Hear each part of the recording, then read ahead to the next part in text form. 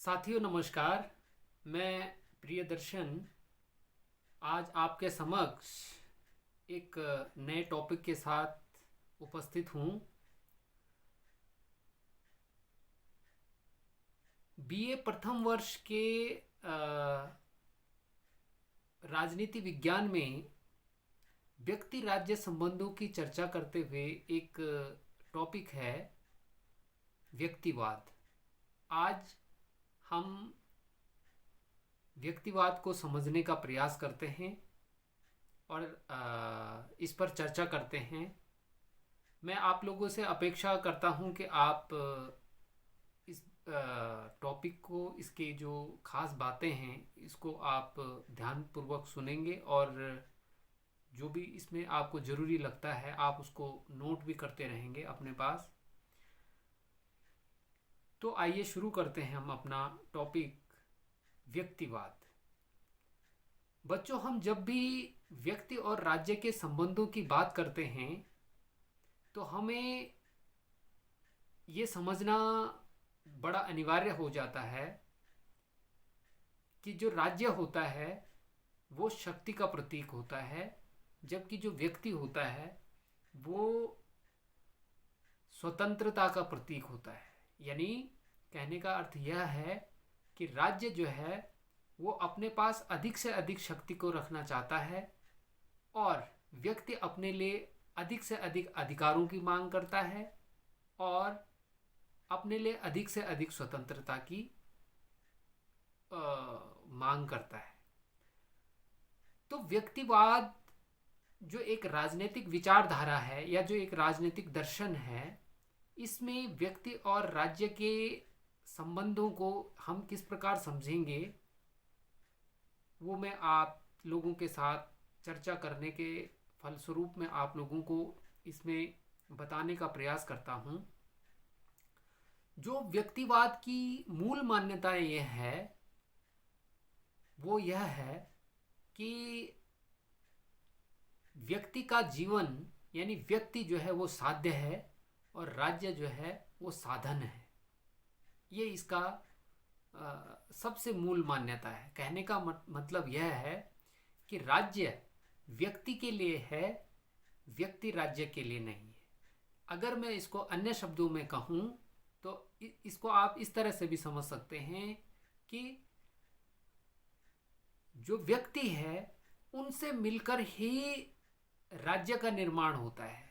यानी जो राज्य होता है वो महज किसी ईंट गारे पत्थर से या मात्र किसी भूभाग से मिलकर नहीं बनता है, बल्कि जो राज्य बनता है वो उसमें जो निवास करने वाले व्यक्ति होते हैं उनसे बनता है। जिस प्रकार के व्यक्ति जिस राज्य में रहते हैं उस राज्य का चरित्र वैसे ही बनता है जैसे लोग उस राज्य में निवास करते हैं। कहने का अर्थ यह है कि अगर हम व्यक्ति को व्यष्टि माने और राज्य को समष्टि माने, यानी व्यक्ति एक इकाई है और राज्य एक अपने आप में संपूर्ण है। यानी राज्य भी तब बना है, व्यष्टि से मिलकर ही समष्टि बना है। हम इसको इस प्रकार से भी समझ सकते हैं कि व्यष्टि से मिलकर ही समष्टि बनी है, यानी व्यक्तियों से मिलकर के ही राज्य का निर्माण हुआ है।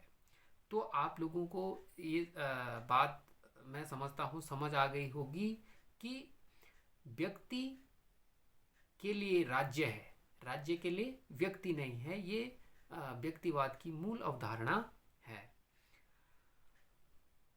अब मैं व्यक्तिवाद के जो पक्ष हैं, कुछ इसके पहलू हैं, उन पर चर्चा करूंगा।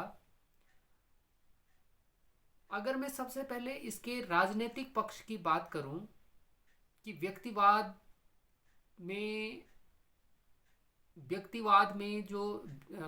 का जो राजनीतिक पहलू है वो क्या है। व्यक्तिवाद में ये माना गया है कि राज्य एक आवश्यक बुराई है। आप इस कोटेशन को बड़े ध्यानपूर्वक समझेंगे। व्यक्तिवादी ये मानते हैं कि राज्य एक आवश्यक बुराई है लेकिन आवश्यक है।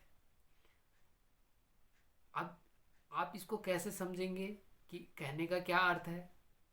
आप लोग जानते हैं कि मनुष्य जो है वो, उसमें बहुत सारे अवगुण भी होते हैं, बहुत स्वार्थी भी होता है, सेल्फिशनेस जो है वो एक व्यक्ति में होती है। तो उसको नियंत्रित करने के लिए या उसको समाज में शांति और व्यवस्था बनाने के लिए राज्य अनिवार्य तो है, लेकिन अगर वो जरूरत से ज़्यादा व्यक्ति के जीवन में हस्तक्षेप करे तो वह एक बुराई है। लेकिन बिना इसके काम चलना भी संभव नहीं हो पाता है, क्योंकि व्यक्ति में कुछ ऐसी स्वार्थ की भावनाएं होती हैं, कुछ निजी स्वार्थ की भावनाएं इस प्रकार से होती हैं व्यक्ति की, कि जिससे राज्य आवश्यक भी हो जाता है। तो व्यक्तिवादियों का ये मानना है कि राज्य जो है वो एक अनिवार्य बुराई है, आवश्यक बुराई है। यानी बुराई तो है लेकिन उसके साथ साथ आवश्यक भी है। राजनीतिक पक्ष की मैं बात कर रहा हूं, तो व्यक्तिवाद में यह माना गया है कि राज्य को कम से कम शक्ति दी जानी चाहिए और व्यक्ति को अधिक से अधिक स्वतंत्रता दे दी जानी चाहिए। यानी व्यक्ति को वो सारी स्वतंत्रताएं, वो सारे अधिकार मिलने चाहिए जिससे कि वो अपना अधिक से अधिक विकास कर सके, वो अपने व्यक्तित्व को संपूर्ण रूप से विकसित कर सके। राज्य को ये माना जाता है, व्यक्तिवादी विचारक ये मानते हैं कि राज्य को कम शक्ति दी जाए। कम शक्ति इसलिए दी जाए, अगर उसके पास ज़्यादा शक्ति नहीं होगी तो फिर क्या होगा कि राज्य कम शासन करेगा। कम शासन करेगा, इसका मतलब यह है कि वो व्यक्ति के लिए न्यूनतम कानून बनाएगा। इस प्रकार हम ये देखते हैं कि अगर हम व्यक्तिवाद का राजनीतिक पक्ष देखें तो हम ये देखते हैं कि व्यक्तिवादी विचारक जो है वो राज्य को सिर्फ राज्य में शांति और व्यवस्था बनाने का कार्य देना चाहते हैं, और वो यह बिल्कुल नहीं चाहते कि राज्य शांति और व्यवस्था बनाने के अतिरिक्त व्यक्ति के जीवन में किसी प्रकार का कोई हस्तक्षेप करें। तो ये एक व्यक्तिवाद का एक राजनीतिक पक्ष है कि वो जो है राज्य को एक आवश्यक बुराई मानते हैं। मतलब उनका कहना यह है कि राज्य बुराई है लेकिन आवश्यक भी है, और ये मैं इसकी चर्चा कर चुका हूँ कि आवश्यक क्यों है और बुराई क्यों है। और साथ ही उनका ये मानना है कि राज्य को कम शक्ति दी जानी चाहिए जिससे कि वो कम से कम शासन करे, ताकि वो व्यक्ति के लिए कम से कम कानून बनाए। जो राज्य का मूल कार्य है, वो राज्य का मूल कार्य यह है कि राज्य व्यक्ति के लिए ऐसी परिस्थितियों का निर्माण करे जिससे व्यक्ति अपने व्यक्तित्व का, अपने जीवन को अच्छे ढंग से जी सके। ऐसी परिस्थितियों का निर्माण करने का कार्य राज्य को व्यक्तिवादी देना चाहते हैं। अब अगर मैं इसके सामाजिक पक्ष की बात करूं, यानी व्यक्तिवाद के अगर मैं उसके सामाजिक पक्ष की बात करूं, तो व्यक्तिवादियों का ये मानना है कि राज्य को व्यक्ति के साथ इस प्रकार का संबंध होना चाहिए, व्यक्ति और राज्य का इस प्रकार का संबंध होना चाहिए कि व्यक्ति खुद को स्वतंत्र महसूस करे। यानी व्यक्ति के मस्तिष्क में कभी ऐसा नहीं आना चाहिए कि वो किसी के द्वारा नियंत्रित है या उसको किसी के द्वारा निर्देशित किया जा रहा है। व्यक्तिवादी ये मानते हैं कि प्रत्येक व्यक्ति को आत्मनिर्णय का अधिकार है। यानी वो अपने लिए निर्णय लेने का, यानी उसको अपने निर्णय लेने का पूरा अधिकार है, चाहे वो अमीर है, चाहे वो गरीब है, चाहे वो ज़्यादा पढ़ा लिखा है, कम पढ़ा लिखा है, चाहे वो बिल्कुल पढ़ा लिखा नहीं है। लेकिन प्रत्येक व्यक्ति को अपने जीवन में अपने निर्णय लेने का पूरा अधिकार है। तो अगर मैं व्यक्तिवाद के सामाजिक पक्ष की बात करूं तो इसमें महत्वपूर्ण बात यह है कि इसमें व्यक्ति को यह लगना चाहिए कि वह स्वतंत्र है, वो किसी के द्वारा नियंत्रित या किसी के द्वारा निर्देशित नहीं है। वह उसके पास अपने आत्मनिर्णय करने के पूरे अधिकार हैं, है ना। और इसके साथ साथ उसको वो आत्मनिर्भरता का भी उसको ये होना चाहिए कि व्यक्ति आत्मनिर्भर है, हर पहलू से वो आत्मनिर्भर है। वो राज्य को सिर्फ यह कार्य दे देना चाहता है कि राज्य जो है वो यह कार्य करे कि समाज में शांति और व्यवस्था को बनाए रखे, और बाकी वो सारे कार्य जो है वो उसके लिए व्यक्ति का ये प्रयास रहता है कि व्यक्ति अपने आप में स्वतंत्र इकाई है, वह अपने लिए आत्मनिर्णय स्वयं ले सकता है और उसे आत्मनिर्णय लेने का भी पूरा अधिकार है। व्यक्ति के साथ अच्छा हो या बुरा हो, इसके लिए व्यक्ति स्वयं जिम्मेदार है। वो उसका अगर उसके साथ अच्छा होता है तो वो उसका श्रेय भी व्यक्ति के लिए है, और अगर उसके साथ बुरा भी होता है तो वो उसके लिए खुद ही जिम्मेदार है। राज्य क्या तो बस इतना कार्य है कि वो व्यक्ति की जो है वो समाज में एक शांति और व्यवस्था की स्थितियों को बना के रखे। साथ ही राज्य अगर कुछ सकारात्मक व्यक्ति के लिए कर सकता है तो वो यह कर सकता है कि राज्य ऐसी परिस्थितियों का निर्माण करे जिससे व्यक्ति अपने विकास कर सके, अपने व्यक्तित्व का और अच्छा विकास कर सके। अब मैं अगर इसकी और चर्चा करूं कि इसके आर्थिक पक्ष की बात करूं, व्यक्तिवाद के आर्थिक पक्ष की अगर मैं बात करूं कि व्यक्तिवाद का आर्थिक पक्ष क्या है, तो व्यक्तिवाद का आर्थिक पक्ष क्या है, इसमें एक शब्द आता है यद्भाव्यम, यानी इसको अंग्रेजी में बोलते हैं लिसेस फेयर, यानी व्यक्ति को स्वतंत्र छोड़ दो। वो व्यक्ति को स्वतंत्र कैसे छोड़ दो, यानी व्यक्ति अपने लिए वो अपने लिए धन उपार्जन के लिए वो अपनी आर्थिक गतिविधियां किस प्रकार से वो अपने लिए पूरी तरह से स्वतंत्र है कि वो किस तरह का व्यवसाय चुनेगा, वह किस तरह से अपनी जीविका को कमाएगा, और उसकी रुचि किस क्षेत्र में है, इसका चयन करने का, उसको आत्मनिर्णय करने का उसको पूरा अधिकार है। साथ ही ये भी कहा जा सकता है कि राज्य जो है व्यक्ति के आर्थिक पहलू में, यानी जो उसके आर्थिक पक्ष का जो भी उसका आर्थिक क्षेत्र है उसमें अनावश्यक बाधाएं पैदा न करे, यानी वो अनावश्यक कर न लगाए, किसी प्रकार के शुल्क न लगाए, और व्यक्ति को स्वायत्त रूप से वो व्यापार करना चाहता है या जो भी वो आर्थिक क्रियाकलाप करना चाहता है उसमें राज्य किसी प्रकार की कोई बाधा उत्पन्न न करे, बल्कि उसको स्वतंत्र भाव से उसको अपनी आजीविका कमाने का मौका अवसर उसको मिलना चाहिए, और वो उसका व्यक्तिगत ही उसका निर्णय होना चाहिए कि व्यक्ति अपने कार्य को या जो भी वो कार्य करना चाहता है वो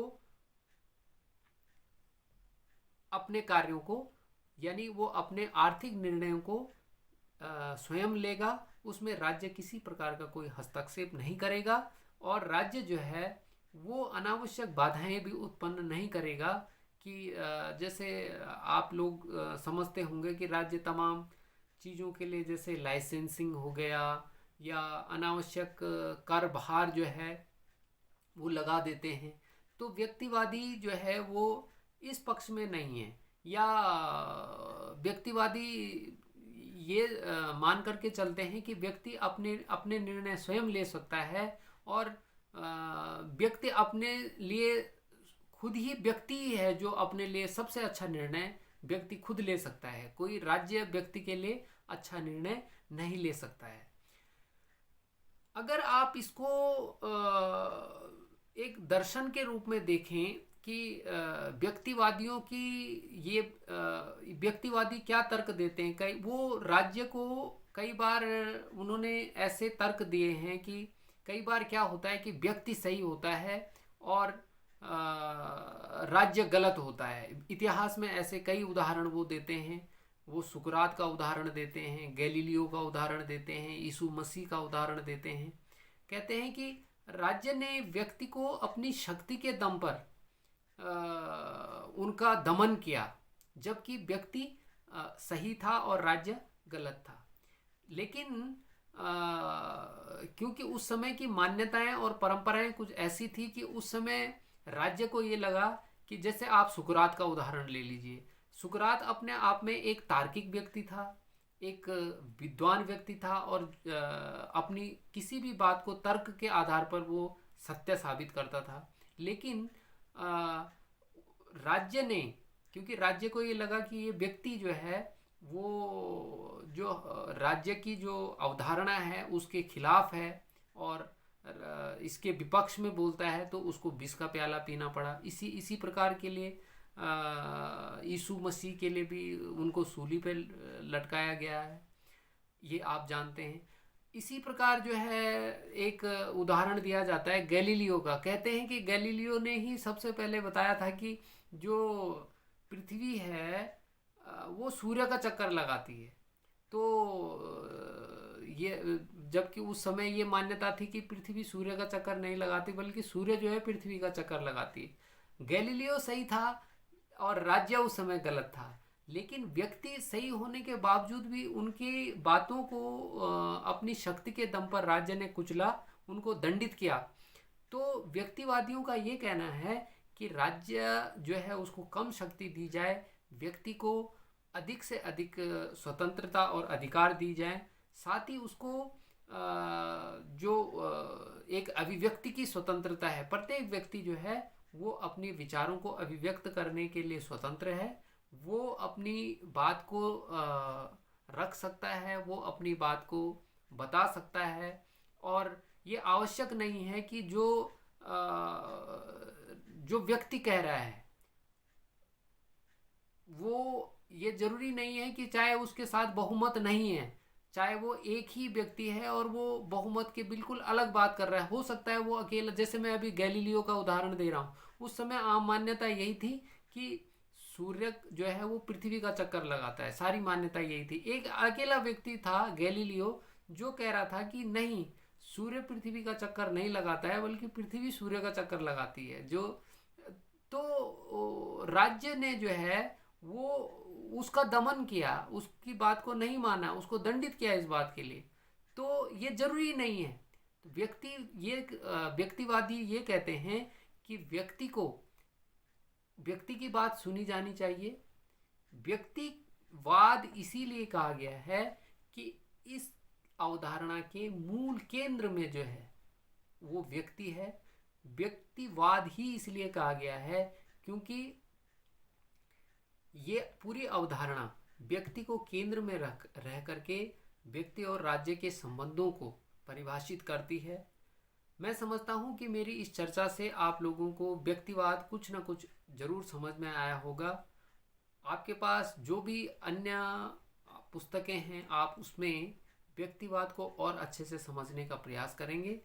तो मैं अपनी बात को, क्योंकि वीडियो बहुत लंबा हो जाएगा, मैं यहीं पर समाप्त कर रहा हूँ और आपसे आशा करता हूँ कि आप इसको देखेंगे और समझेंगे। बहुत बहुत धन्यवाद।